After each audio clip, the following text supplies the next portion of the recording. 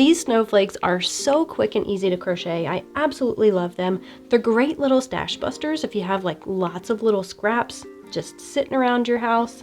Make a snowflake out of them. You can use any yarn you want, anything you have in your stash, anything that you think looks pretty or that goes with whatever project you're adding these snowflakes to. What you'll do is, of course, create your slip knot. And you'll start by chaining 4. And then find your first chain and join with a slip stitch there to form what's supposed to be a ring but looks like a blob of yarn.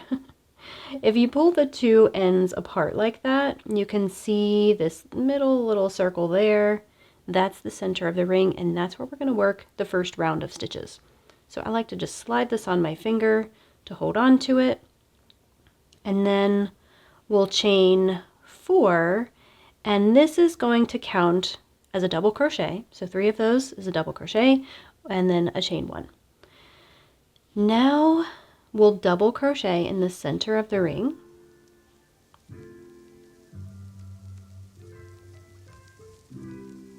And chain 1.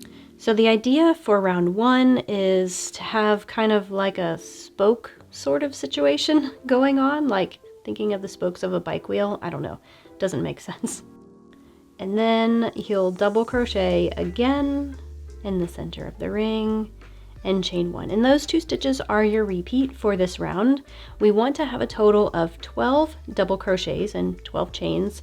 And remember, we're counting this chain 1 as 1, so technically I have 3 double crochets here. I don't know if you can hear it in my voice, but I have been a little under the weather past week and a half or so. You know, I started off the year with a bang. And I'm kind of still recovering from that, so hopefully it sounds better to you than it does in my head.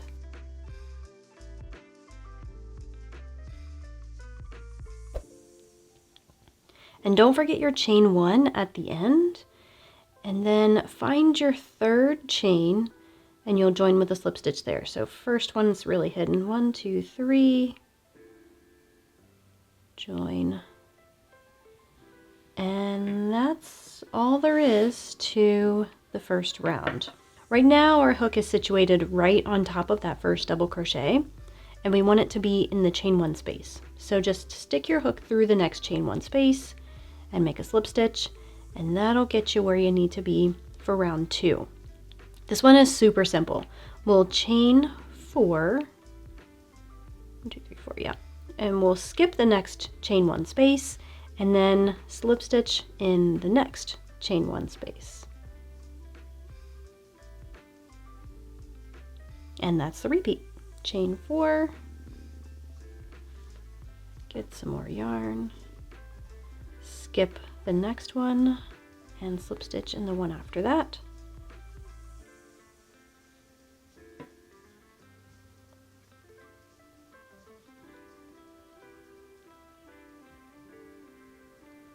And when you've made your last chain 4, you'll skip the next chain 1 space, and then the next one is like the first one. We're just going to slip stitch just in that space again. So find your first chain 4 right here, and you'll slip stitch just in the chain 4 space. And that'll get you set up to start the 3rd round. And from here, we'll chain 1, which doesn't count as a stitch, by the way. And then you'll half double crochet, and then double crochet, and treble crochet. So wrap the yarn 2 times,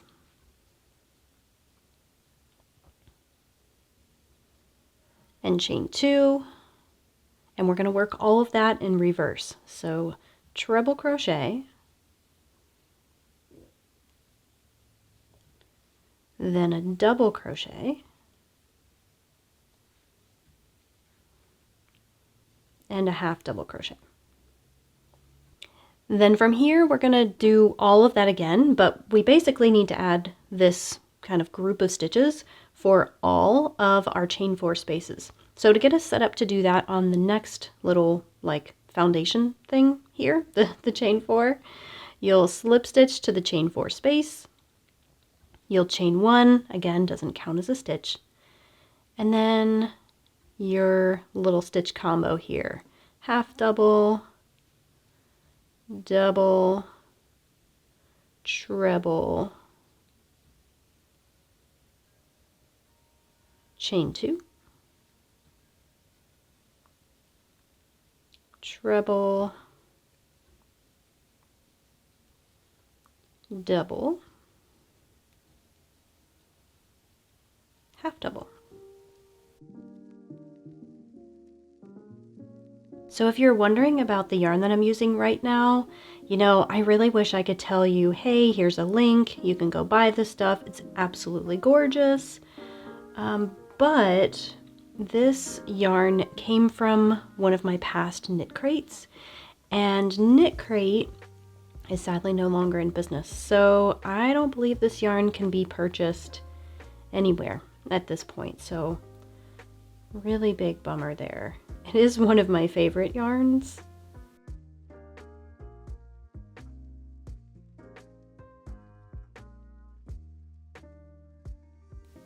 Another thing you might notice me doing too as I'm working these is sort of scrunching them over, just so there's enough room for all of them.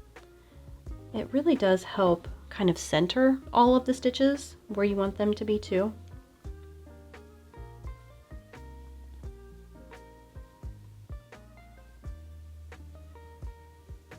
Okay, so at the end of the round, if you look right here, this is a slip stitch from one of the previous rounds. We're going to slip stitch there to finish the round. This time our hook is exactly where we need it to be, so leave it there and chain 5.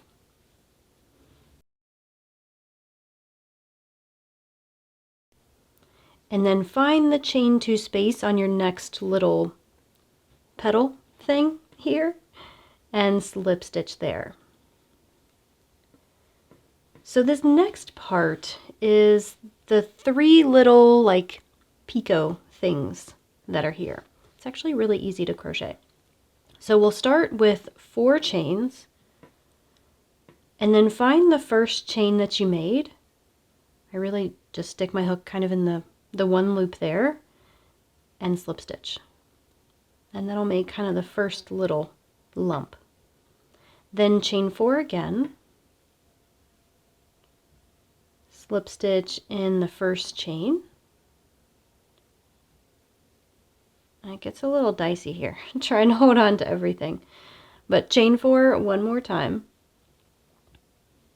slip stitch in your first chain,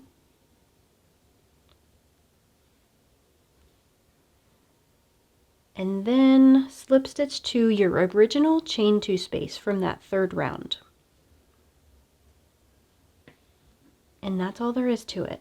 It'll probably look a little bit wonky at first. You do have to do some finger blocking, and even wet blocking goes a long way with this pattern. But yeah, that's the general idea. I find that pushing the 2 slip stitches together really makes it look a lot better. So if you can do that, bonus points there. And then we'll chain 4 this time and find our slip stitch that's in between those 2 points. So I've got a half double here and a half double here. And then see the stitch that's in between? That's where we'll slip stitch.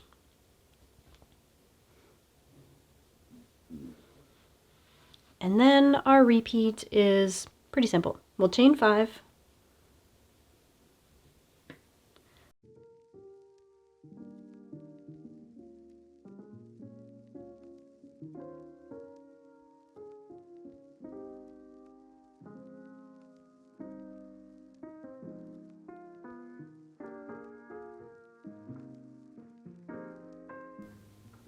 And slip stitch to your chain 2 space. So we're just going to do that for each one of our little petals. I'm calling them petals because it looks like a flower right now, but you know what I mean.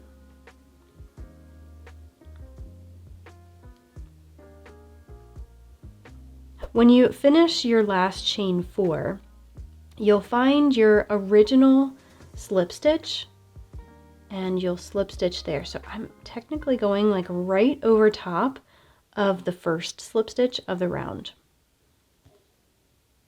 This isn't an exact science either, just whatever looks best and all of that.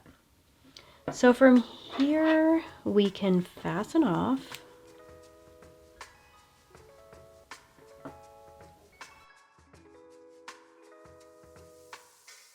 Don't forget the links to the pattern are in the description below.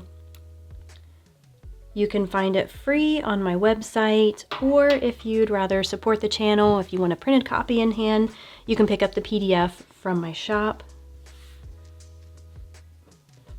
And yeah, that's all there is to it. Now it looks super wonky right now, right off of the hook. So I would recommend doing a little bit of wet blocking primarily if you can. Otherwise, finger blocking goes a long way. I think it's really going to depend on your yarn.